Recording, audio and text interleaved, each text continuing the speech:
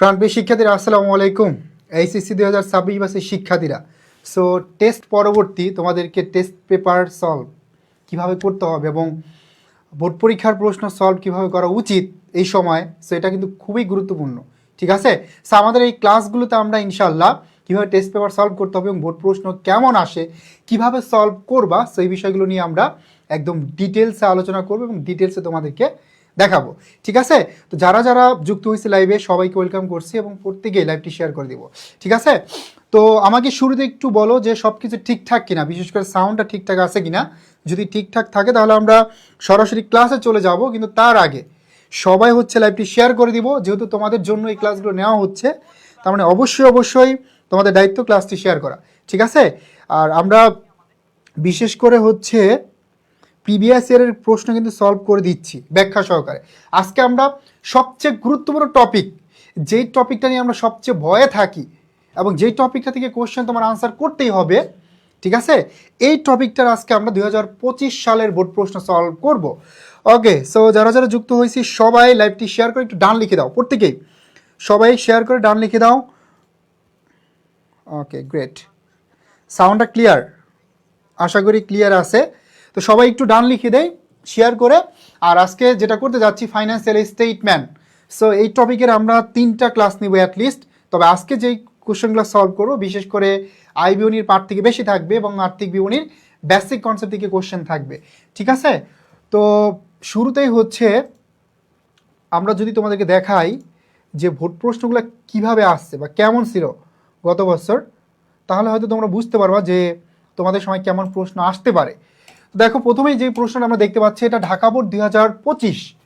ওকে, so এখানে বিশেষ করে যেই মাল্টিপল কোশ্চেনগুলো অনুচ্ছেদ দেওয়া থাকে এবং কোশ্চেন আনসার করতে বলে, এগুলো আমাদের জন্য অনেক কঠিন হয়।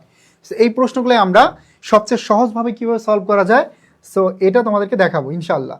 ওকে, সো যারা যারা যুক্ত হয়েছে সবাই একটু লাইভটি শেয়ার করে ডান লিখে দাও, প্রত্যেকে একটু শেয়ার করো বন্ধুদের মাঝে, নিজের টাইমলাইনে রেখে দাও যাতে করে ক্লাসটি তোমরা পরবর্তীতে করতে পারো। ওকে, আর হিসাব বিজ্ঞানে যদি ভালো করতে চাও তাহলে প্র্যাকটিস করতেই হবে। মানে একটা টপিক তুমি ভালো করে শিখলা, শেখার পরে যদি স্কিপ করো এবং ওইটা যদি প্র্যাকটিস না করো তাহলে কিন্তু ভুলে যাবে। সো তোমার উচিত অবশ্যই ওই টপিকটা প্র্যাকটিস করা, ওই টপিকের ম্যাথগুলা প্র্যাকটিস করতে হবে রেগুলার, তাহলেই দেখবা যে তুমি ইজিলি হচ্ছে ওই টপিকের ম্যাথে ভালো করতে পারবা। প্র্যাকটিসের কোনো বিকল্প নাই, এই জন্য প্রচুর প্র্যাকটিস করতে হবে। ঠিক আছে, তো দেখো প্রথম প্রশ্নটা আসছে যে বিকৃত পণ্যের ব্যয় নির্ধারণের বা নির্ণয়ের সূত্র কোনটি। এটা ঢাকা বোর্ড 2025 আসছে। তো এগুলো বেসিক কনসেপ্ট, একদম বেসিক কোশ্চেন, তাই না? ঢাকা বোর্ড 2025, তো এই যে রিসেন্ট ইয়ারে আসছে। হ্যাঁ, তো দেখো এই প্রশ্নগুলো কিন্তু খুবই সহজ এবং যারা আমার আর্থিক বিবরণী ক্লাসটি করছো পেইড ব্যাচে, তোমরা জানো যে এখানে যত সূত্র আছে সব সূত্র আমি টেকনিকে মানে 3টে স্টেপের মাধ্যমে সব ক্লিয়ার করে দিয়েছি।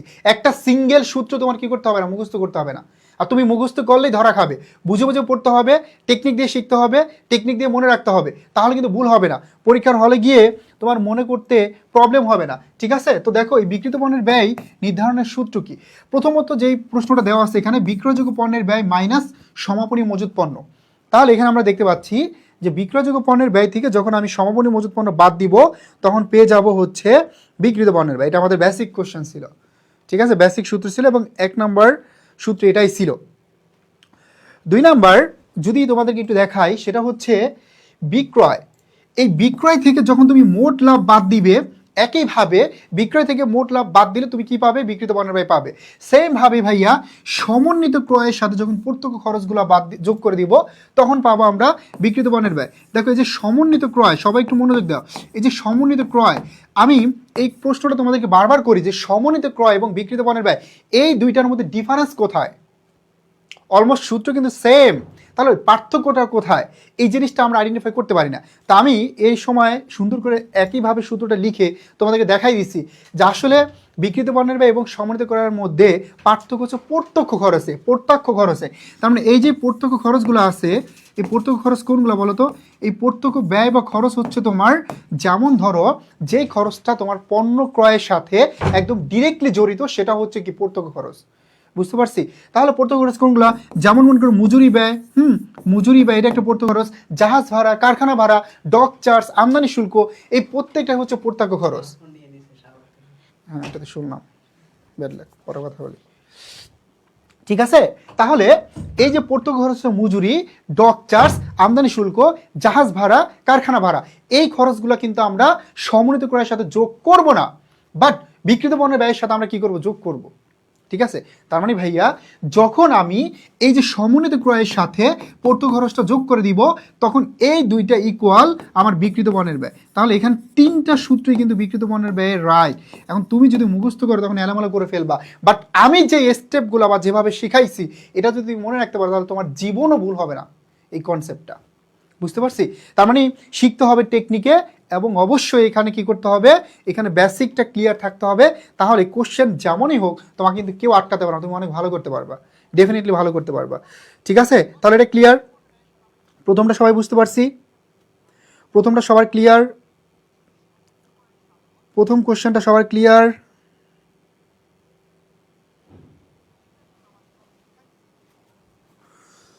সবাই প্রথম কোশ্চেনটা বুঝতে পারছি? শিল্পী, পাল, বাকি যারা আছি, তাহলে এখানে 1 2 3 তিনটাই কিন্তু রাইট। প্রথমত বিক্রয়যোগ্য পণ্যের ব্যয় থেকে সমাপনী মজুত পণ্য বাদ দিলে কি পাওয়া যায়?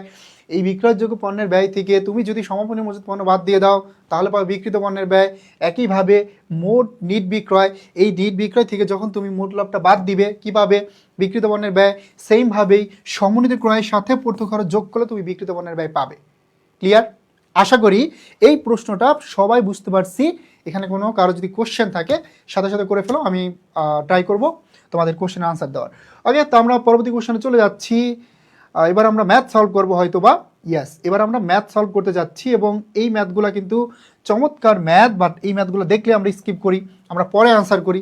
বাট তুমি আমার ক্লাস করো, হ্যাঁ আমার ক্লাস করো, বা আমাদের এডুকেশন যারা ক্লাস নিচ্ছে তাদের ক্লাসগুলো করো, ইনশাল্লাহ এই কোশ্চেনগুলো তুমি কখনো স্কিপ করবে না। প্রথমেই তুমি কি করবা, মানে কনফিডেন্স থাকবে তোমার, এবং তুমি নিজেই আনসার করবা, স্কিপ করবে না ম্যাথ দেখে। ঠিক আছে, এটা যত কঠিন ম্যাথেই হোক। ঠিক আছে, ওকে, জি স্যার, হুমায়রা সিদ্দিকা, ওকে। তো এবার আমরা উদ্দীপক পড়বো, উদ্দীপক পরে 2 3 নম্বর প্রশ্ন উত্তর দিব। তো এবার দেখো, একটি ব্যবসা প্রতিষ্ঠান 2024 সালে 15% ভ্যাট সহ পণ্য বিক্রি করছে 1,18,000 টাকা, এবং বিক্রয় ফেরত 3,000 টাকা। এবং তোমাদেরকে আরেকটা কথা বলে রাখি, সেটা হচ্ছে তোমরা যদিও এইচএসসিতে বা বোর্ড পরীক্ষায় ক্যালকুলেটর ইউজ করতে পারবা, গুড, ভালো, বাট মনে রাখবা ক্যালকুলেটর ছাড়া কিভাবে কোশ্চেন সলভ করা যায়, কিভাবে তোমরা হচ্ছে ইজিলি হচ্ছে যে কোনো ম্যাথ সলভ করতে পারো, এই অভ্যাসটা এখন থেকে করার ট্রাই করো। ক্যালকুলেটর ছাড়া ম্যাথ করলে তোমার যেমন টাইম সেভ হবে, অ্যাডমিশনে গিয়া তুমি কোনো ক্যালকুলেটর ইউজ করতে পারবে না, তখন কিন্তু ক্যালকুলেটর ইউজ করতে পারবে না, তখন কিন্তু তোমার আর প্রবলেম ফেস করতে হবে না যদি এখন থেকে অভ্যাস করো। এই জন্য হাতে করার ট্রাই করবা। তো দেখো, আমরা ব্যাটের কাহিনী সবাই জানি, এখানে কত টাকা আছে? 1,18,000 টাকা, 1,18,000 টাকা। এখান থেকে আমরা কি করব, আমাদের যে বিক্রয় ফেরত আছে 3,000 টাকা, এই বিক্রয় ফেরত বাদ দিব 3,000 টাকা। ওকে, 3,000 টাকা বাদ দিলে কত থাকে? 1,15,000 টাকা। এই 1,15,000 টাকা এবার আমরা প্রত্যেকে জানি, এই জানো না, জানো না, আমরা সবাই জানি ভ্যাট হচ্ছে বাংলাদেশের 1991 সালের কোম্পানি আইন অনুসারে 15% হারে ভ্যাট ধার্য করতে হবে। তাহলে এই যে 1,15,000 টাকা আমরা পেলাম, এটাকে 115 দ্বারা ভাগ করব, আর ভ্যাট কত? 15%। তো দেখো, যদি আমি 115 দ্বারা ভাগ করি, যে এখানে থাকে কত? 1,000, এখানে থাকে কত? এখানে হচ্ছে হয় 1,000। এবার 1,000কে 15 দ্বারা গুণ করো, গুণ করলে কত হয়? 15,000 টাকা। তাহলে এই যে আমরা পেলাম 15,000 টাকা, এই 15,000 টাকার নাম হচ্ছে ভ্যাট। এই ভ্যালু অ্যাডেড ট্যাক্স, ভ্যাট কত পেলাম? ভ্যালু অ্যাডেড ট্যাক্স ভ্যাট পেলাম আমরা 15,000 টাকা। বুঝতে পারছি? ক্লিয়ার? ব্যাটটা ক্লিয়ার? সবাই বুঝতে পারছি? ব্যাটের কাহিনী বুঝতে পারছি? ব্যাট থেকে প্রশ্ন আসলে পারবো? সবাই বলো, পারবো কি না?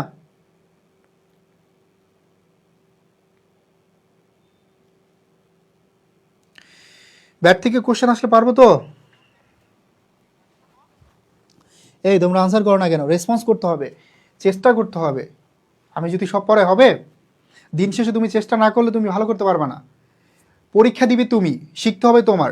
একজন টিচার তোমাকে বুঝাই দিতে পারবে, একদম ডিটেলস বুঝাই দিতে পারবো, বাট তুমি প্র্যাকটিস না করলে ওই যে কোশ্চেন আমি বুঝাই দিব ওইটাও পরীক্ষার হলে গিয়ে তুমি ভুল করবা, এটা 100% শিওর থাকো। সো নিজের চেষ্টা করতে হবে, না পারলে বলতে হবে। ঠিক আছে, তাহলে ব্যাটারি এটা ক্লিয়ার? এটা ক্লিয়ার হলে এবার আমরা 3 নম্বর কোশ্চেনটা দেখব, বিক্রেতার নিকট প্রাপ্ত ভ্যাট কি। সো ভ্যাটের কাহিনী মোটামুটি আমরা সবাই জানি, এবং ডিটেলস আলোচনা করলাম। তো দেখো, ভ্যাট মানে হচ্ছে ভ্যালু অ্যাডেড ট্যাক্স, হ্যাঁ, ভ্যালু অ্যাডেড ট্যাক্স, ভ্যাট হচ্ছে value added tax, value added tax, এটা হচ্ছে ভ্যাট। এখন এই ভ্যাটটা মানে বাংলা হচ্ছে কি মূল্য সংযোজন কর, মূল্য সংযোজন কর, মূসক। অনেক সময় আমরা কি বলি, মূসক বলি, মূসক। অনেক সময় মূসক থাকলে তুই মনে মনে ভাববা যে ভাইয়া এই মূসকটা কোথা থেকে আসলো, এটা তো জীবনে পড়ার নাই, ঠিক আছে? এটা অনেক সময় অনেকে বলতে পারো। তো মনে রাখবা এই যে মূসক, ভ্যাট, ভ্যালু অ্যাডেড ট্যাক্স, মূল্য সংযোজন কর, এই বিকল্প নামগুলো ভাই ঘুরে ফিরে সবগুলো তুমি মনে রাখবা। তোমার যদি প্রত্যেকটা টার্মের বিকল্প নাম মনে থাকে তাহলে জীবনও তোমার একটা কোশ্চেন সলভ করতে কোনো প্রবলেম ফেস করতে হবে না। কোনো কোশ্চেনে যেমন যত কঠিনই করুক কোশ্চেন বা যত কঠিনই আসুক, যেভাবেই প্রশ্ন করুক, তোমাকে কেউ আটকাতে পারবে না। সেই জন্য অবশ্যই যখন যে টার্মটা শিখবো ওটার বিকল্প নাম শিখবা। ওকে, তাহলে এই ভ্যালু অ্যাডেড ট্যাক্স বা মূসক এটা মূলত বিক্রেতার নিকট কি বলতো, এই যে তুমি যদি বোর্ড প্রশ্ন সলভ করো দেখবা এই প্রশ্নটা অনেকবার আসছে ভাই, এই 2023-এ আসছে, 24-এ আসছে, এই যে 25-এও আসছে। এটা কোন বোর্ডে আসছে? হ্যাঁ, এটা আসছে কোন বোর্ডে? ঢাকা বোর্ড 2025। মানে এই টাইপের প্রশ্ন থাকবেই থাকবে, মাস থাকবে, ঠিক আছে? বিক্রেতার নিকট দায়। এখন এটা আমরা ব্যাখ্যা করবো, সমস্যা নাকি? তাহলে ব্যাট ক্রেতার নিকট কি? ক্রেতার নিকট কি বলতো? ক্রেতার নিকট হচ্ছে ব্যাটটা মূলত ব্যয়। এবং সর্বশেষ আমরা যদি বলি যে সরকারের নিকট কি, ভাইয়া এই যে সরকার যে দেশ চালায়, হ্যাঁ ওরা কিভাবে চালায়, ওদের আয়ের উৎস কি? এই ভ্যাট। তাহলে সরকারের নিকট হচ্ছে কি? আয়।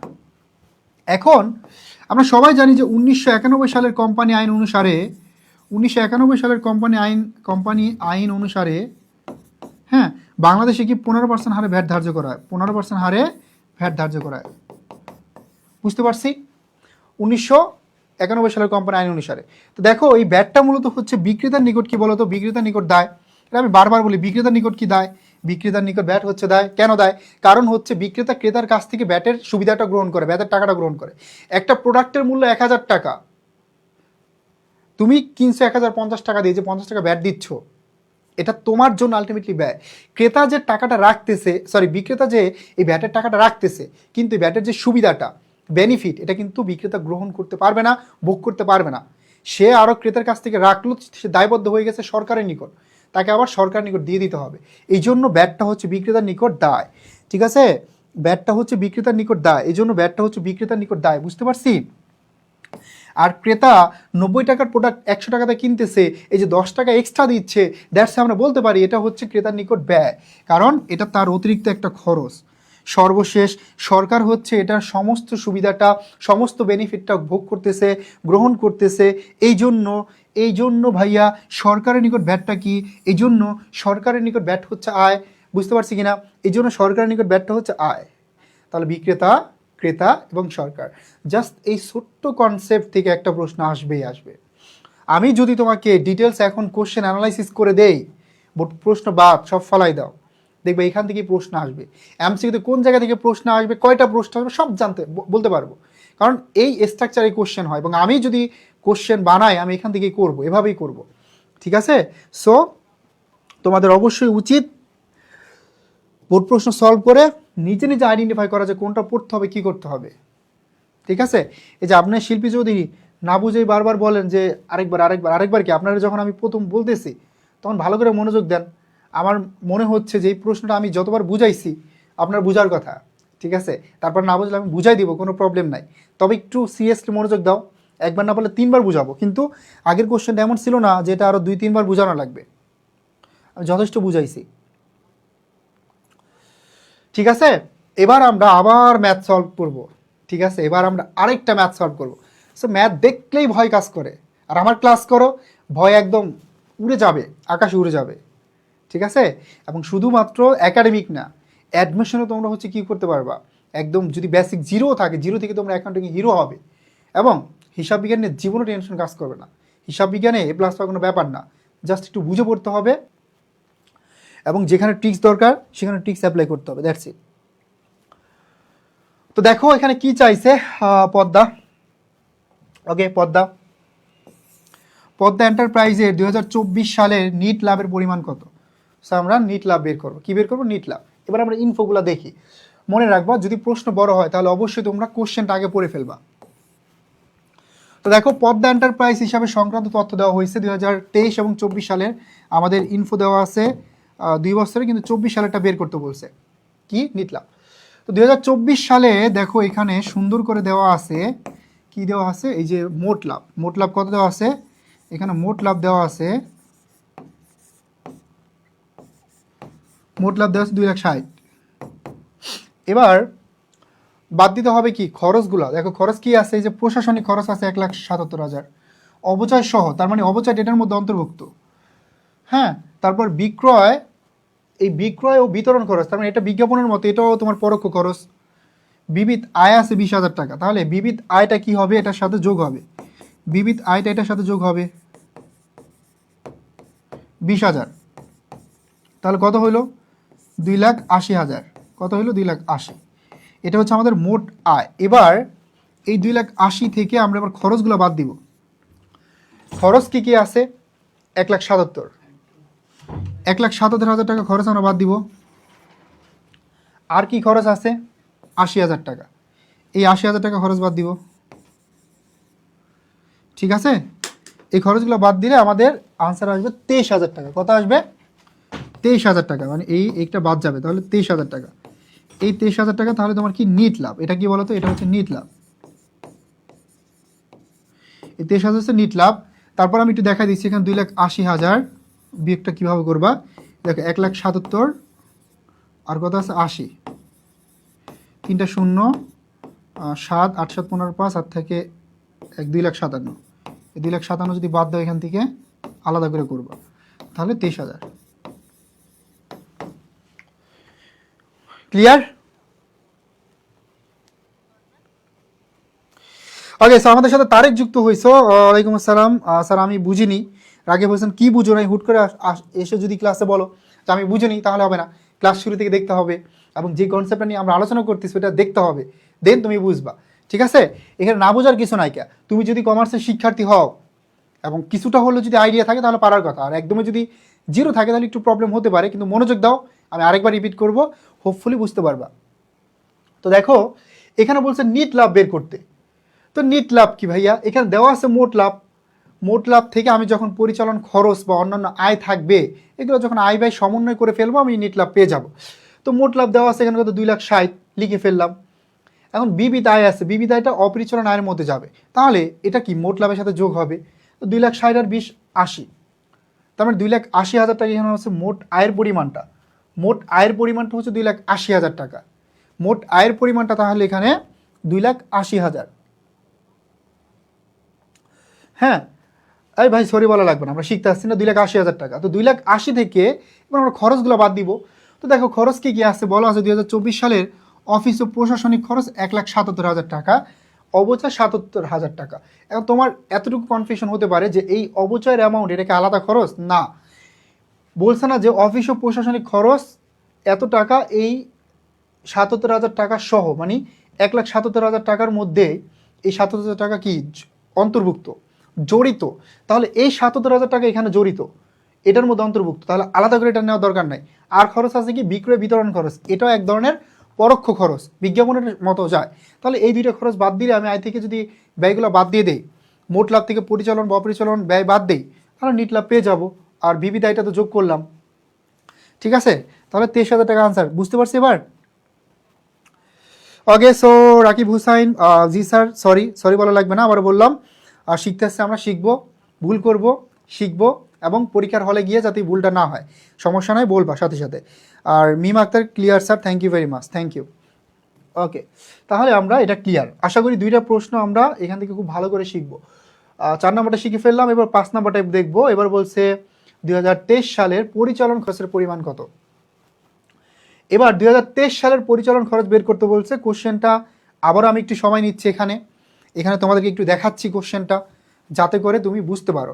তাহলে আমাকে বলো তো ভাইয়া কি চাইছে, এবার চাইছে 2023 সালে, এই যে সালগুলা, তারিখগুলা, হিসাব বিজ্ঞানের ম্যাথ যখন তুমি সলভ করবা, এটা খুব ভালো করে শিখতে হবে এবং চোখ কান খোলা রাখতে হবে, তারিখটা খুবই ইম্পর্টেন্ট। অনেক সময় দেখবা যে মাসের ম্যাথ দেওয়া হিসাবে, অনেক সময় বছরের, 1 বছরে দেওয়া থাকবে, এটা আইডেন্টিফাই করতে হবে। এই যে মাসের যে তারিখটা থাকে এটাও বুঝতে হবে। ঠিক আছে, দীপু বলছো জি স্যার বুঝতে পারছি, থ্যাংক ইউ ভেরি মাচ।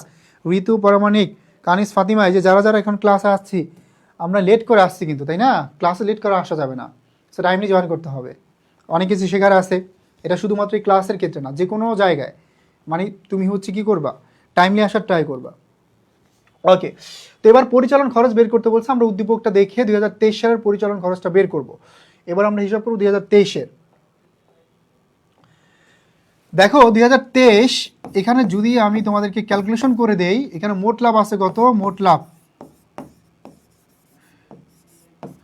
লাভ আছে 2,10,000। আর নিট লাভ কত আছে? তো মোট লাভ থেকে নিট লাভ বাদ দিলে কি পাওয়া যায়?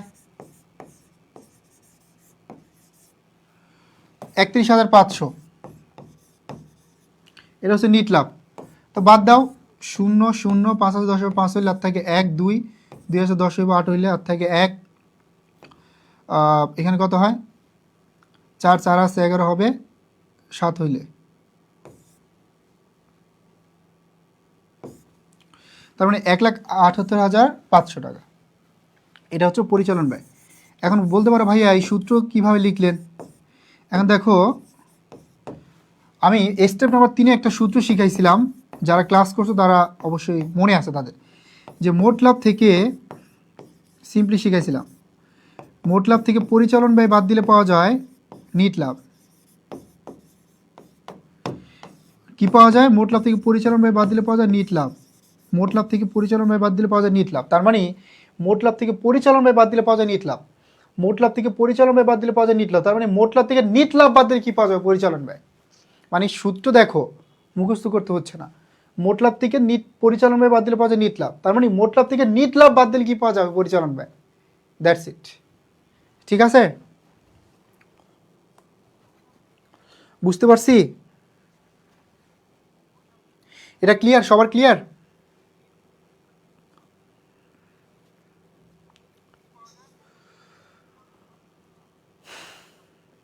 এই বলো ঋতু, রাকিব, শোনো এখানে হচ্ছে আমরা পড়তে আসছি, সো এমন কোনো কমেন্ট করবো না যাতে আরেকজনের ক্ষতি হয় এটাই। ঠিক আছে, সবাই স্টুডেন্ট, ভালো মন্দ বুঝো, বড় হয়েছো, কয়েকদিন পর কী করবা? ইউনিভার্সিটিতে পরীক্ষা দিবা। সো পড়তে আসছো, মনোযোগ দিয়ে পড়ো, শিখো, নিজের ক্ষতি নিজে করো না, আরেকজনের ক্ষতি করো না। ঠিক আছে? আর ওভার কিছু হয়ে গেলে তখন ডিরেক্ট ব্লক, এডুকেশন পেজ আর কখনো ক্লাস করতে পারবে না।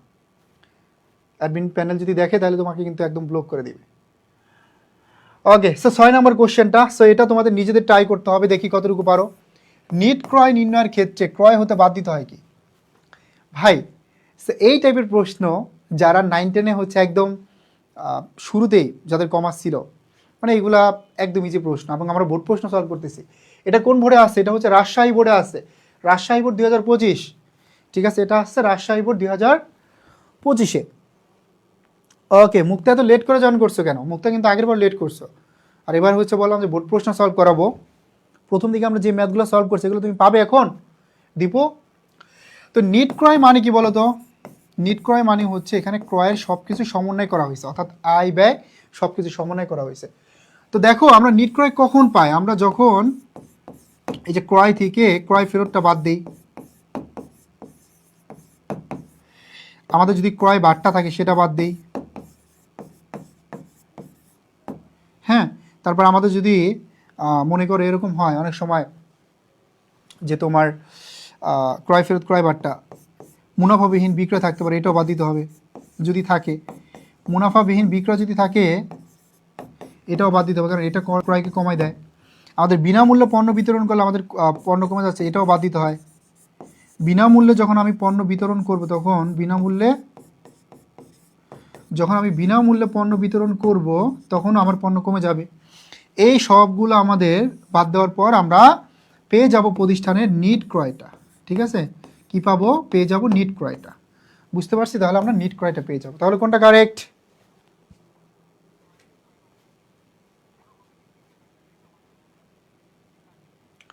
ওকে, তাহলে তো ভালো, গুড।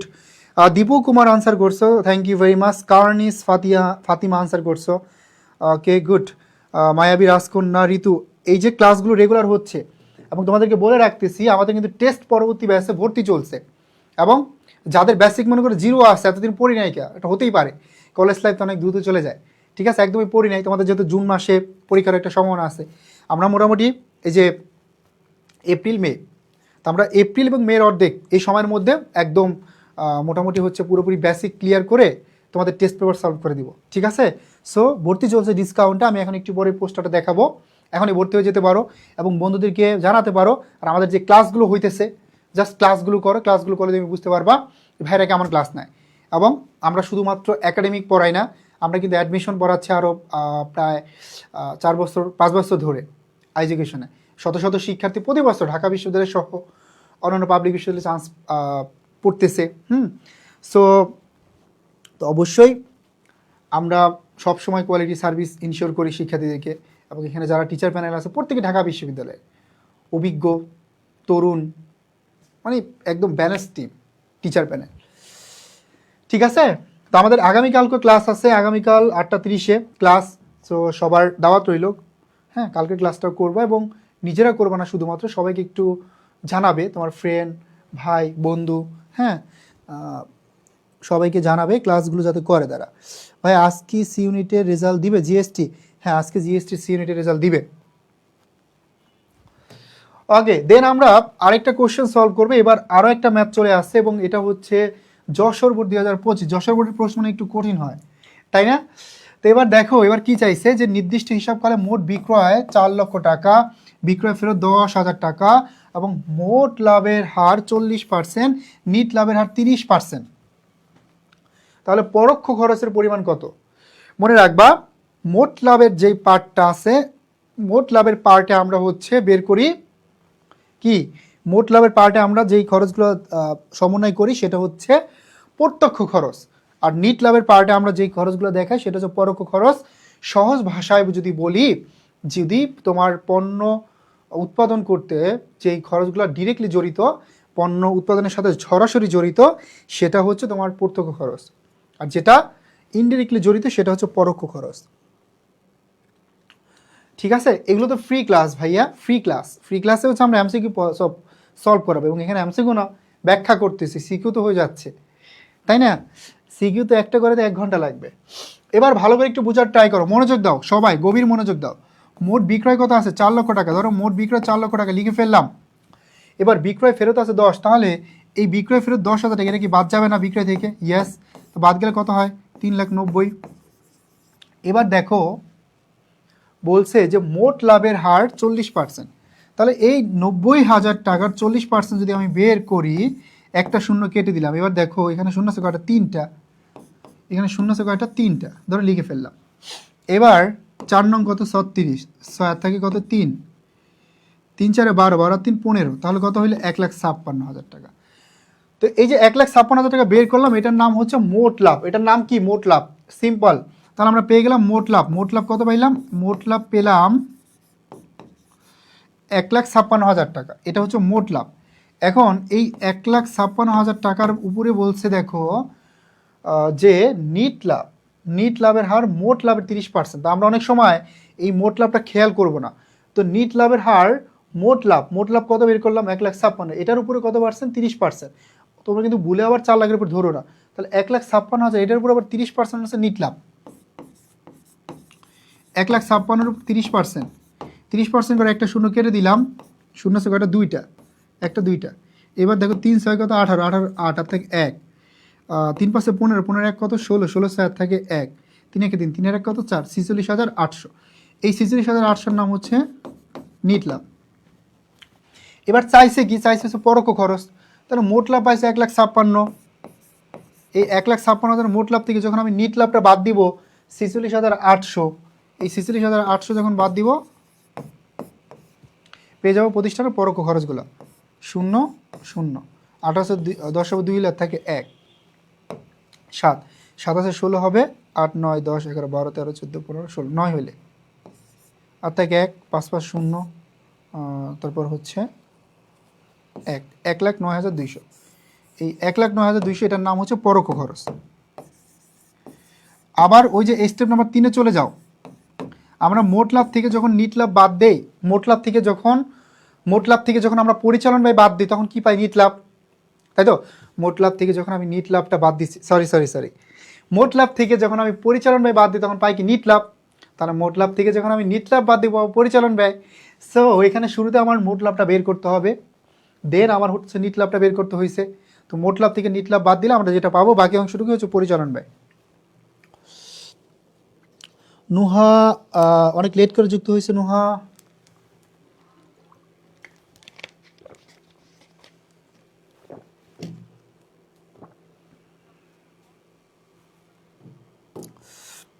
বুঝতে পারছি কিনা বলো? এই কোশ্চেনগুলো কিন্তু অনেক ইজি আছে, বাট তুমি যদি প্র্যাকটিস না করো তখন কিন্তু তোমার অনেক প্রবলেম হবে সলভ করতে। ঠিক আছে, প্র্যাকটিস করতে হবে, এই জন্য practice makes a man perfect. তো দেখো আমাদের এখানে রুটিন দেওয়া আছে, এই রুটিন অনুসারে ক্লাস হবে। তোমরা একটি স্ক্রিনশট নিবে, তোমাদেরকে এখন আমি এই সুযোগটা দিব স্ক্রিনশট নেওয়ার। আমাদের রেগুলারে কিন্তু ক্লাস হচ্ছে। তো দেখো এটা টেস্ট পরবর্তী ফাইনাল ডিভিশন ও টেস্ট পেপার সলিউশন ব্যাস শুধুমাত্র কমার্সের শিক্ষার্থীদের জন্য। এখানে বাংলা 40টি লাইভ ক্লাস, ইংরেজিতে 40টি, আইসিটিতে 40টি, অর্থনীতিতে 16টি, হিসাব বিজ্ঞানের 40টি, ম্যানেজমেন্টে 16টি, ফাইন্যান্সে 26টি এবং মার্কেটিংয়ে 16টি লাইভ ক্লাস পাবে এই ব্যাসে। বেসিক যদি জিরো হয়, জিরো থেকে তুমি একদম পূর্ণাঙ্গ একটি প্রিপারেশন নিতে পারবা এই ব্যাস থেকে। পাশাপাশি আমরা তো তোমাদেরকে আর্কাইভ ক্লাস দিয়ে দিব, যেখান থেকে তুমি চাইলে একটা টপিকের ক্লাস বারবার দেখতে পারবা যদি মনে হয় এই টপিকে তোমার বেসিকে ল্যাকিংস আছে, এখনও ক্লিয়ার না। তাহলে দেখো এখন কিন্তু সুযোগ ৩,৯৯৯ টাকার কোর্স মাত্র ১৯৯৯ টাকার। ঠিক আছে, 1 এপ্রিল থেকে ক্লাস শুরু হবে স্টেপ 2-তে। আর এখানে তো স্টেপ 1-এ হচ্ছে কি থাকবে, 30 ডেজ প্ল্যান থাকবে। ঠিক আছে, ফ্রি রাইটিং কোর্স, এবং রাইটিং কোর্সটা ফ্রি থাকবে তোমাদের মহাসিন স্যারের, সবার প্রিয়। এবং এখানে যারা ক্লাস নেবেন প্রত্যেকের অনেক অনেক অনেক অভিজ্ঞতা আছে পড়ানোর, পাশাপাশি তারা ঢাকা বিশ্ববিদ্যালয় থেকে পড়াশোনা করছে। তো দেখো এখানে রুটিনটাও দিয়ে দিচ্ছি তোমাদেরকে, একবার করে সবাই একটি স্ক্রিনশট নিয়ে নেই। আগামীকাল 29শে মার্চ রবিবার, কালকেও তোমাদের হিসাব বিজ্ঞান ক্লাস আছে। এটাও আমি নিব। সো সবাই টাইমলি জয়েন করবা রাত 8:10। সো হোপফুলি এই ক্লাসগুলো করলে ইনশাল্লাহ তোমার ফাউন্ডেশনটা একদম মজবুত হবে। ঠিক আছে, সো এটা একটি স্ক্রিনশট নিতে পারো, এটা একটি স্ক্রিনশট নিতে পারো। এই রুটিন অনুসারে ক্লাস হবে। ভাইয়া ফিটা একটু বেশি, ফিটা একটু বেশি না তো, ফিতে খুবই কম। তুমি দেখো এখানে আমরা কি পরিমাণ ক্লাস দিচ্ছি, মানে ওভারঅল সব কিছু চিন্তা করো। কারণ আমি তো এডুকেশন একজন টিচার, আমার মতো যারাই আছে সবাইকে বেতন দিতে হচ্ছে, ম্যাটেরিয়ালস, ক্লাস, সো সব মিলেই হচ্ছে ফিটা নির্ধারণ করা হয়েছে। ঠিক আছে, এবং তোমরা তো আমাদের আগের স্টুডেন্ট, পেইড বেসের শিক্ষার্থী। সো নক করো, হেল্প নাম্বারে হচ্ছে বইলো। এবং আমাদের প্রি অ্যাডমিশন ব্যাচও কিন্তু ক্লাস চলছে। ঠিক আছে, প্রি অ্যাডমিশন ব্যাচও কিন্তু ক্লাস চলছে, এটা কিন্তু আলাদা ব্যাচ। আর তুমি দিন শেষে মানে ভর্তি হবেই, প্রি অ্যাডমিশন ব্যাচও কিন্তু ভর্তি হবে। কারণ হচ্ছে কি, প্রি অ্যাডমিশন ভর্তি না হলেও অ্যাডমিশনের এইচএসসির পর অ্যাডমিশন তুমি ভর্তি হবেই সেম টাকা দিয়ে। আর তুমি যদি এখন ভর্তি হয়ে যাও তাহলে কিন্তু তোমার এই যে এখন যে ক্লাসগুলো দিচ্ছে এটা সম্পূর্ণ ফ্রি, তোমার জন্য বোনাস।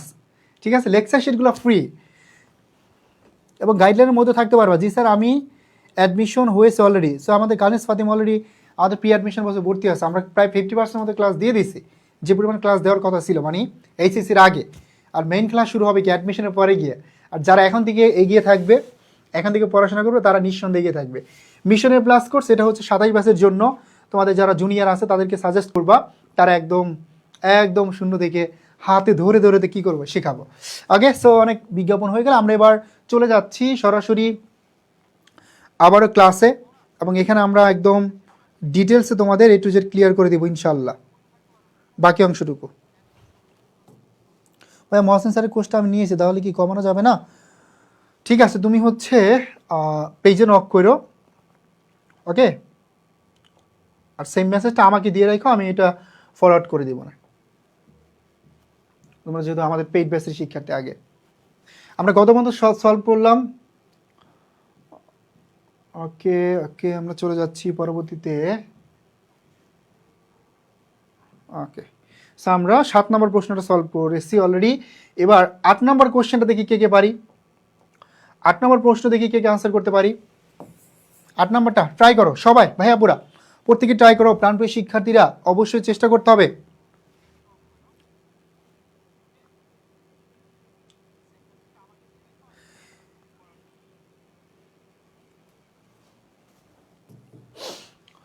তো এবার বলছে এই কোশ্চেনটা আমরা সলভ করব যশোর বোর্ড 2025-এর। বলছে মোট মুনাফার পরিমাণ কত টাকা হবে। এবার আমরা ক্যালকুলেশন করব মোট মুনাফাটা কত কত হবে। হ্যাঁ, মোট মুনাফার পরিমাণটা কত হবে এটা আমরা সলভ করব। তো পণ্যের বিক্রয় মূল্য আছে 50, পরিচালন খরচ 3200 টাকা, বিক্রিত পণ্যের ব্যয় 30,000 টাকা, হ্যাঁ, প্রাপ্ত বাট্টা 2000 টাকা, মোট মুনাফা কত, অনেক কিছু দেওয়া আছে। আমার আলটিমেটলি যা প্রয়োজন আমি সেটাই নিব। মনে রাখবা তোমাকে হচ্ছে পরীক্ষার হলে নার্ভাস করার জন্য, ঝামেলায় ফালানোর জন্য, টাপে ফালানোর জন্য অবশ্যই এক্সট্রা অনেক ইনফরমেশন দেওয়া থাকবে। বাট এক্সট্রা ইনফরমেশন থাকবে, কিন্তু এটা নিয়ে তুমি ভয় পাবে না। তোমার যেটা দরকার তুমি সেটাই কী করবা, আনসার করবা। তো আমরা যদি দেখি এখানে পরিচালন খরচ আছে, এটা তো ভাইয়া মোট লাভের পার্ট না, তার মানে এটা আসবে না, এটা পরোক্ষ খরচ। বিক্রিত পণ্যের ব্যয় আছে, এটা আসবে। তাহলে কত টাকা, 30,000 টাকা। বিক্রয় মূল্য থেকে আমরা বাদ দিব কি, বিক্রিত পণ্যের ব্যয়। এই সূত্রগুলো আমি স্টেপ বাই স্টেপ শিখাই দিছি, লিখে রাখছি, একটা সিঙ্গেল সূত্র মুখস্থ করা লাগবে না। তুমি জাস্ট সিকোয়েন্স মনে রাখতে পারলে এখান থেকে সব সূত্র কোশ্চেন থেকে বানাতে পারবে। প্রাপ্ত ভারটা এটাও হচ্ছে পরোক্ষ আয়, তাহলে এটাও আসবে না। তা আমরা পেয়ে যাব এখানে মুনাফা বা মোট লাভ কত টাকা, 20,000 টাকা। দেখো এই যে 20,000 টাকা, বুঝতে পারছি, 20,000 টাকা। ক্লিয়ার? সবার কনসেপ্ট ক্লিয়ার? দেখো বুঝতে পারছি কিনা। এই যে ঋতু সবার আগে আনসার করে ফেলছে, না না মুক্ত আনসার করছো, good, thank you very much. বাকি যারা আছে আনসার করতে হবে, চেষ্টা করতে হবে। এখন তুমি চেষ্টা না করলে পারবা কীভাবে, নিচে তো ট্রাই করতে হবে এক দুবার, তাই না? আচ্ছা, একজন বলছে দেখে উত্তর দেওয়ার কোনো দরকার নাই, তুমি ম্যাথগুলো করো, করে চেষ্টা করো, এবং আনসার করলে এটা তো দোষ নাই কে। তুমি যদি আনসার করো, তুমি এরকম করো যে কোশ্চেন আনসার দেওয়া আছে আমি না দেখি, চোখ বন্ধ করে রাখি, মানে ওইটা না দেখি, চোখ বন্ধ করার দরকার না, তাহলে তো আনসারই করতে পারবো না। কিন্তু আনসার দাও, সমস্যা তো নাই। কিন্তু আরেকজনে আনসার করছে, তুমি যদি এখন তাকে বলো, তার মনটা অবভিয়াসলি খারাপ হয়ে যাবে। ঠিক আছে, তুমি তোমার মতে যদি মনে হয় যে আনসার দেওয়া উচিত তাহলে দাও, যদি মনে হয় যে না আনসার দিব না তাহলে দরকার নাই। কিন্তু আরেকজনে আনসার দিল না দিল এটা নিয়ে তুমি কমেন্ট করো না, ঠিক আছে টিপু? ওকে, পরেরটা দেখো, নিচের কোনটা অপরিচালন ব্যয়? খুবই সহজ একটা প্রশ্ন এবং এটা সবাই আনসার করতে পারবা, এতটুকু বিশ্বাস আমার আছে। এবং এটা কিন্তু চট্টগ্রাম বোর্ড 2025 আসছে। ওকে দীপু, আনসার করো।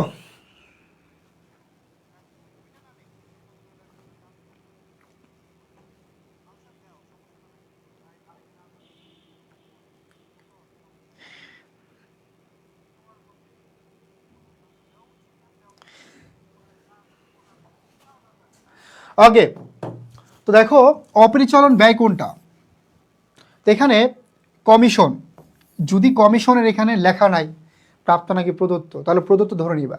কমিশন হতে পারে, সুদ হতে পারে। তো কমিশন সুদ যদি প্রাপ্ত, প্রধান বা প্রদত্ত দেওয়া না থাকে তাহলে আমরা প্রদত্ত ধরে নিব, মানে খরচ।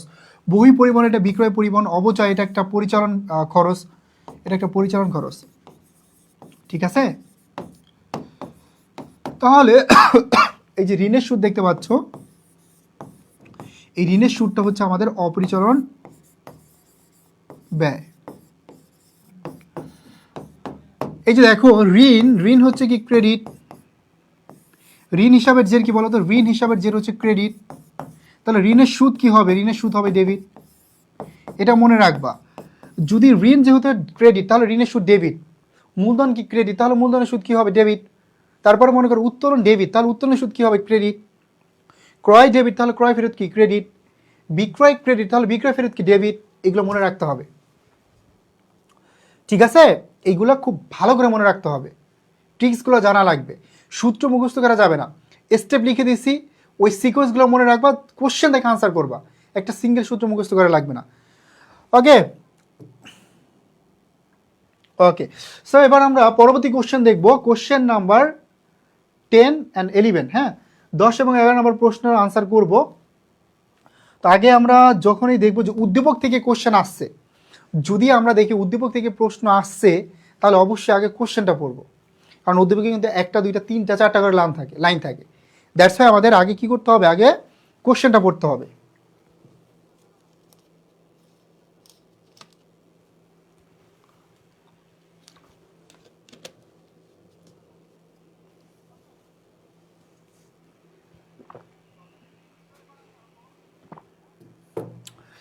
তো দেখো এখানে বলছো মোট বিক্রয়ের পরিমাণ কত টাকা, কি চাইছে, মোট বিক্রয়ের পরিমাণ কত টাকা। এবার 2024 সালের জনাব মুশফিকের ব্যবসায় বিক্রিত পণ্যের ব্যয় দাঁড়ায় 4,50,000।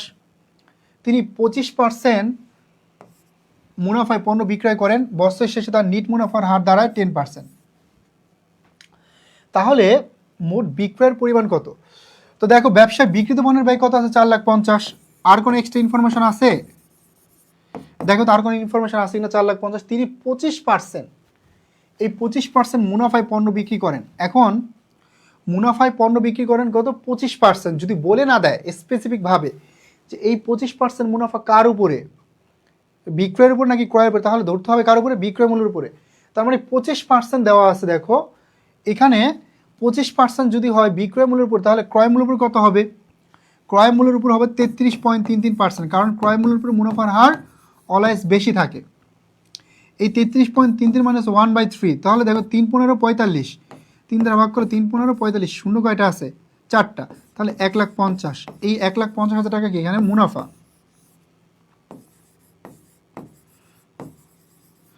মুনাফাটা আমরা কি করলাম? মুনাফার হার যারা পারো না তাদের কিন্তু এগুলো কষ্ট হবে। মুনাফার হার একটা নিয়ম শেখালে ইনশাল্লাহ এটা থেকে তোমার যত টাইপের কোশ্চেন আসছে এই পর্যন্ত, বিক্রিত পণ্যের ব্যয়, সমাপনী মজুত পণ্য, হ্যাঁ, যত টাইপের প্রশ্ন আছে তুমি কিন্তু সব সলভ করতে পারবে। ঠিক আছে? দীপু বলছো ভাই উত্তর দেওয়া না থাকলে ভালো হয়। হ্যাঁ, সমস্যা নাই, নেক্সট ক্লাস থাকবে না। আর এটাও ছিল না, হয়তো পিডিএফটা একটু এক্সচেঞ্জ হয়ে গেছে। ওকে দীপু, সমস্যা নাই। তাহলে দেখো এই যে মুনাফাটা স্পেসিফিকভাবে বলে দেয় না যে ক্রয় মূল্যের উপর নাকি বিক্রয় মূল্যের উপরে, যেহেতু হচ্ছে বলে নাই কে, যদি না বলে তাহলে বিক্রয় মূল্যের উপর ধরতে হয়।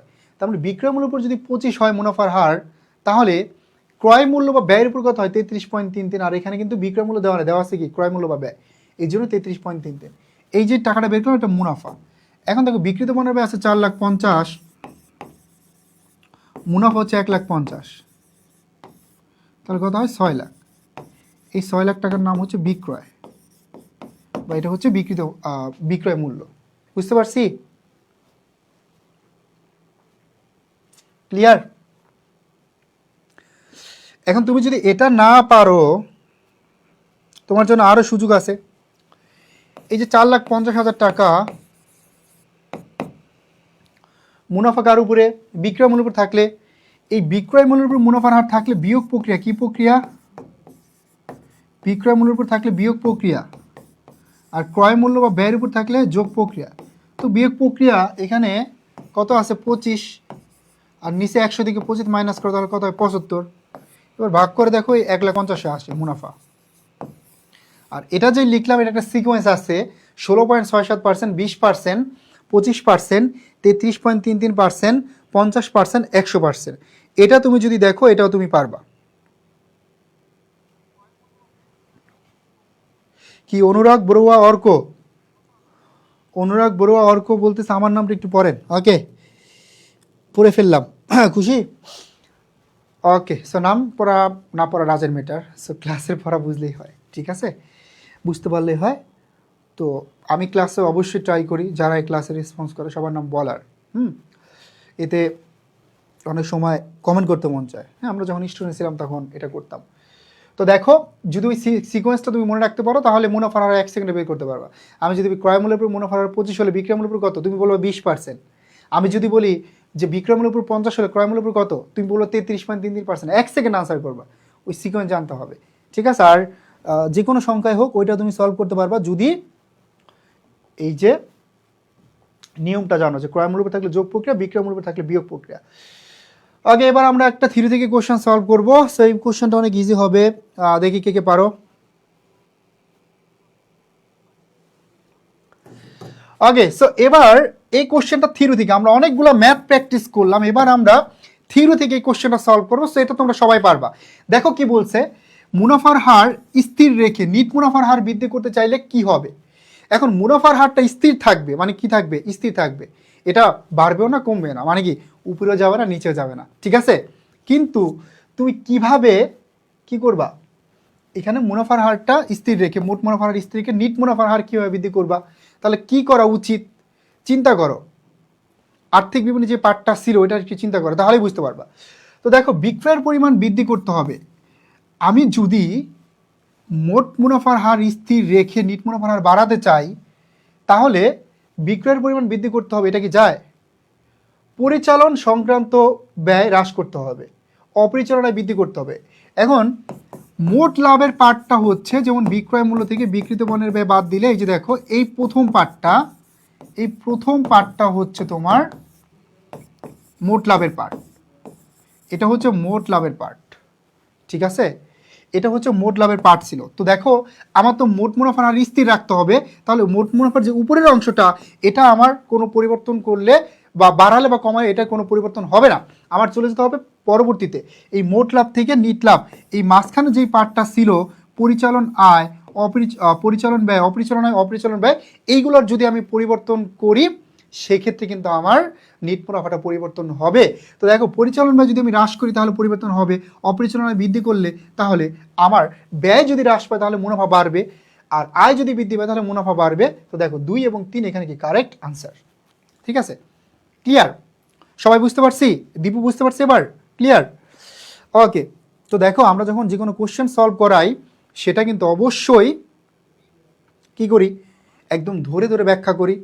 এই কোশ্চেনটা কতভাবে মানে কিভাবে আসছে, তোমাদের সময় কতভাবে আসতে পারে, এটার সাথে রিলেটেড যে কনসেপ্টগুলো আছে এ টু জেড আমরা কি করি, ক্লিয়ার করে দেই। ওকে।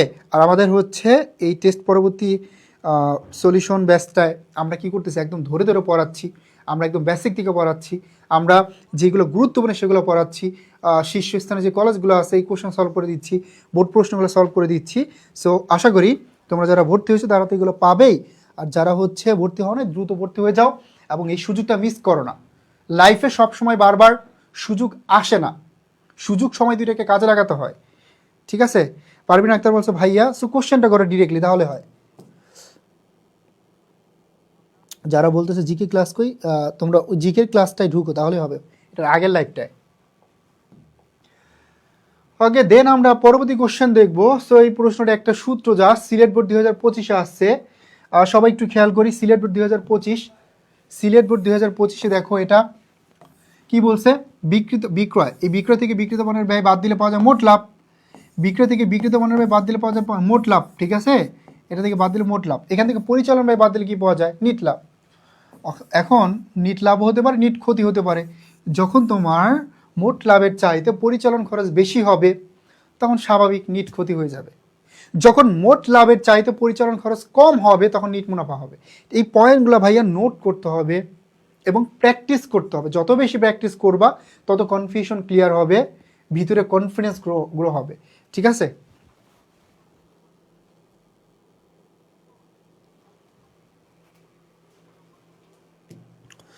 দীপু বুঝতে পারছি?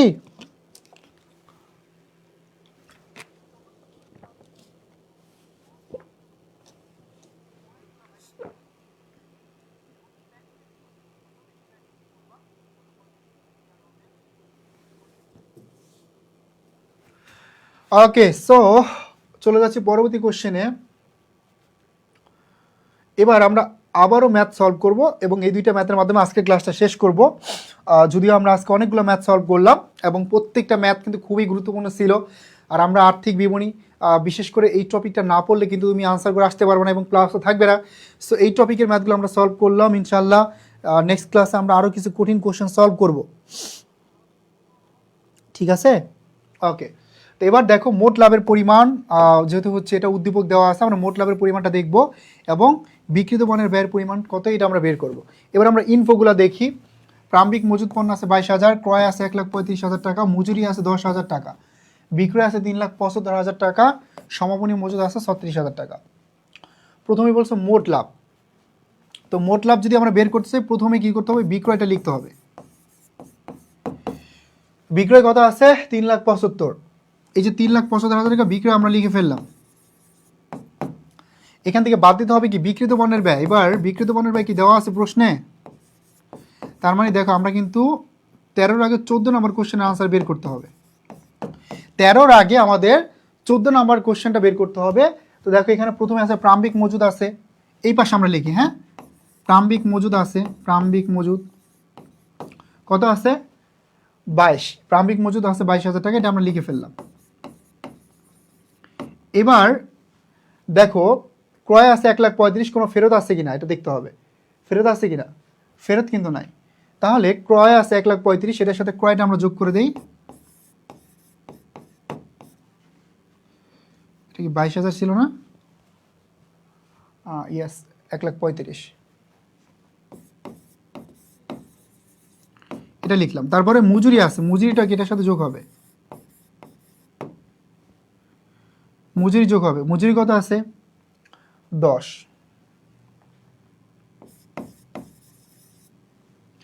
তাহলে কত হয়? 3টা 0, 5,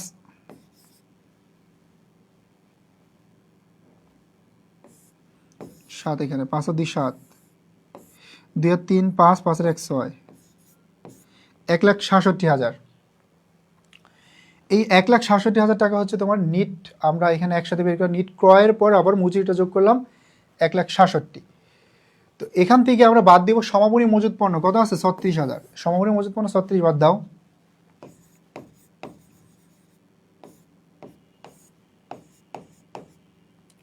ছয় 7 1 হইলে আর থাকে 1, 3 আছে 6 3 হইলে 1,31,000। তাহলে 1,31,000 টাকা হচ্ছে আর বিক্রিত পণ্যের 1,31,000। তো দেখো বিক্রিত পণ্যের ব্যয়টা আমরা বের করে ফেলছি 1,31,000। এটা বুঝতো কিনা? বিক্রিত পণ্যের ব্যয়টা বুঝতে পারছি কিনা?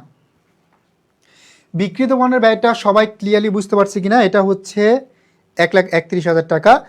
প্রাম্বিক মজুত পণ্য ছিল তোমার 22,000 টাকা। এই প্রাম্বিক মজুত পণ্যের সাথে নিট ক্রয়টা যোগ করতে হবে, যেহেতু এক্সট্রা কোনো ফেরত বা বাট্টা ছিল না, দ্যাটস আমরা ক্রয়টা ডিরেক্টলি লিখে ফেলছি, মজুরিটা যোগ করলাম। এখান থেকে যদি আমি সমাপনী মজুত পণ্য বাদ দিয়ে দেই তাহলে আমরা পাবো বিক্রিত পণ্যের ব্যয়। ঠিক আছে, সমাপনী মজুত পণ্য বাদ দিলে পাবো বিক্রিত পণ্যের ব্যয়। তো আমরা শুরুতেই বিক্রিত পণ্যের ব্যয় মানে 14 নম্বর প্রশ্ন বের করলাম 13-র আগে। তো 14তে বিক্রিত পণ্যের ব্যয় হচ্ছে 1,31,000। এটা ক্লিয়ার? এটা ক্লিয়ার হলে মোট লাভে চলে যাও। মোট লাভ কীভাবে বের করবো? বিক্রয় মূল্য 3,75,000, এখান থেকে বিক্রিত পণ্যের ব্যয় 1,31,000 বাদ দেই, তাহলে আমরা পেয়ে যাব এখানে 3টা 0 লিখে ফেললাম। 4 হলে 3 আছে 7 হবে, 4 হলে আর থাকে না, 1 আছে 3 হবে, 2 হলে 2,44,000। এই 2,44,000 টাকা এটা হচ্ছে আমার কি? এটা হচ্ছে মোট লাভ। ক্লিয়ার? বুঝতে পারছি? এই দুইটা সবাই ক্লিয়ার?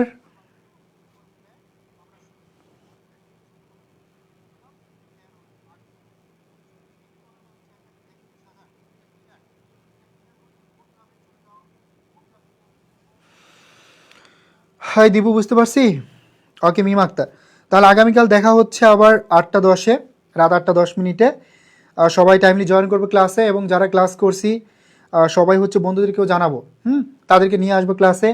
আর আরেকবার একটু দেখা দিচ্ছি রুটিনটা, যারা যারা রুটিনটা সেভ করো নাই ক্লাইন্টে সেভ করে রাখো, আর এখান থেকে স্ক্রিনশট নিয়ে নাও।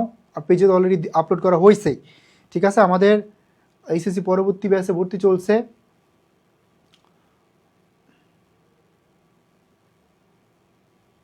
সরি, টেস্ট পরীক্ষা পরবর্তী ব্যাচে আগে। সো যারা ভর্তি হওয়া নাই দ্রুত ভর্তি হয়ে যায়, এখন এই সময়, এখন এই সুযোগ, এটা কাজে লাগাতে হবে। এই যে রুটিনটা সবাই নিবা। আর এটা আমরা ডিটেলসের আগেও বলা হয়েছে, তারপর তোমরা একবার করে একটু দেখো কি কি পাবে তোমরা আমাদের এই কোর্স থেকে। ফ্রিতে কিন্তু হচ্ছে রাইটিং কোর্সটা পেয়ে যাবে, এবং দেশ সেরা টিচার প্যানেল সাথে যদি প্রিপারেশনটা নিতে চাও একাডেমিকে ভালো তো করতে পারবা, পরবর্তীতে অ্যাডমিশনও তোমরা ইনশাল্লাহ ভালো করতে পারবা। সো এই সুযোগটা বারবার আসবে না লাইফের, মনে রাখবা।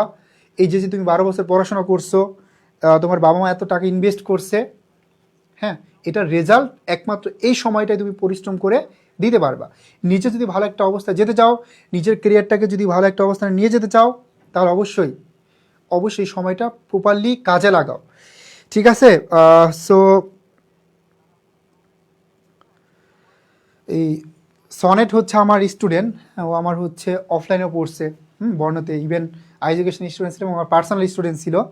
ঠিক আছে, এমন প্রতি বছরের অসংখ্য শিক্ষার্থী যারা ঢাকা বিশ্ববিদ্যালয় সহ দেশের অনেক পাবলিক বিশ্ববিদ্যালয়ে পড়াশোনা করতেছে। লাস্ট 4 বছর ধরে আমি পড়াচ্ছি। ঠিক আছে, তো একটাই কথা, এই যে সময়, এই যে সুযোগটা, এটা বারবার আসবে না। দিন শেষে তুমি নিজেকে যদি ভালো অবস্থা নিতে চাও, তাহলে এই সময়টা কাজে লাগাও। ওই যে আসছে না, এই স্টিচ ইন টাইম সেভস 9, সময়ের 1 ফোর, অসময়ের কত ফোর? 10 ফোর। তার মানে সময় সুযোগ দুইটাকে কাজে লাগাতে হবে। এখন যদি পরিশ্রম করো ভালো একটা ইউনিভার্সিটিতে ভর্তি হতে পারবে, কেরিয়ারটাকে ভালো একটা অবস্থায় নিয়ে যেতে পারবা। বাট এই ইফোর্টটা যদি পরবর্তীতে গিয়ে এখন যে সময়টা দিবা বা ইফোর্ট দিবা এটা 10 গুণ দিলেও তুমি হয়তো এই সুযোগটা আর পাবে না। ঠিক আছে, তো এই জন্য অবশ্যই বলবো সময়টাকে কাজে লাগাও, সিরিয়াসলি পড়াশোনা করো। টেস্ট পরবর্তীতে অবশ্যই তোমার টেস্ট পেপার সলভ করতে হবে, বোর্ড প্রশ্ন সলভ করতে হবে, অ্যাডমিশনের জন্য নিজেকে এখন থেকেই তৈরি করতে হবে, বেসিকটা ক্লিয়ার করে ফেলতে হবে। বিশেষ করে মেমোরিজিং পার্টে ভালো করতে চাইলে অবশ্যই তোমার প্রতিদিন পড়তে হবে মেমোরিজিং পার্ট, কিন্তু তুমি চাইলে 1 মাস 2 মাস 3 মাসে কভার করতে পারবা না। ঠিক আছে, সো যদি লাইফটাকে এনজয় করতে চাও, উপভোগ করতে চাও, নিজেকে মানে মানুষের কাছে অনেক সময় দেখবে যে মানুষ তোমাকে মূল্যায়ন তখনই করো তুমি যখন নিজের একটা অবস্থান তৈরি করতে পারবা। তাহলে অবশ্যই পড়াশোনা করো, ক্লাসগুলো করো নিয়মিত। ঠিক আছে, তাহলে শেষ করে দিব। সেই কোর্সটি তোমাদের জন্য, স্পেশালি সাবিক ব্যাচের জন্য। আর এই রুটিন অনুসারে ক্লাস হচ্ছে, রুটিনটা সব একটি স্ক্রিনশট দিয়ে নাও এবং আমাদের পেজে তলে আপলোড করে দিছি আমরা, সেখান থেকে তোমরা কি করতে পারো, ডাউনলোড করে নিতে পারো। আগামীকাল ক্লাস হচ্ছে, ক্লাসে দেখা হবে সবার সাথে। ওকে, দেখা হবে সবার সাথে ইনশাল্লাহ। আর তোমাদের গ্রুপ সাবজেক্টেরও কিন্তু ক্লাস, গ্রুপ সাবজেক্টের পাশাপাশি বাংলা ইংরেজি ক্লাসও কিন্তু হচ্ছে। ঠিক আছে, এটা নিতে পারো। আর তোমাদের যারা ছোটো ভাই বোন আছে তাদের জন্য আমাদের মিশন এ প্লাস কোর্স। সো ওদের সময় যেহেতু অনেক বেশি পাবে ওরা, সো ওরা একদম বেসিক থেকে কী করতে পারবে, ক্লাসগুলো করতে পারবে একদম বেসিক থেকে, জিরো থেকে ইনশাল্লাহ। ঠিক আছে, তো আজকে আমরা এখানে শেষ করব, ইনশাল্লাহ দেখা হবে আগামীকাল। ততক্ষণ পর্যন্ত সবাই ভালো থাকি, সুস্থ থাকি, আল্লাহ হাফেজ। আর যদি কারো কোনো প্রবলেম থাকে, একজন বলছে ভাই আমাদের কি ডিসকাউন্ট দেওয়া যায় কি না, সো তাদের জন্য বলবো তোমরা অবশ্যই এডুকেশন পেজে নক দাও, পেজে নক দিয়ে বললেই হবে ইনশাল্লাহ। ঠিক আছে, থ্যাংক ইউ ভেরি মাচ সবাইকে, আল্লাহ হাফেজ।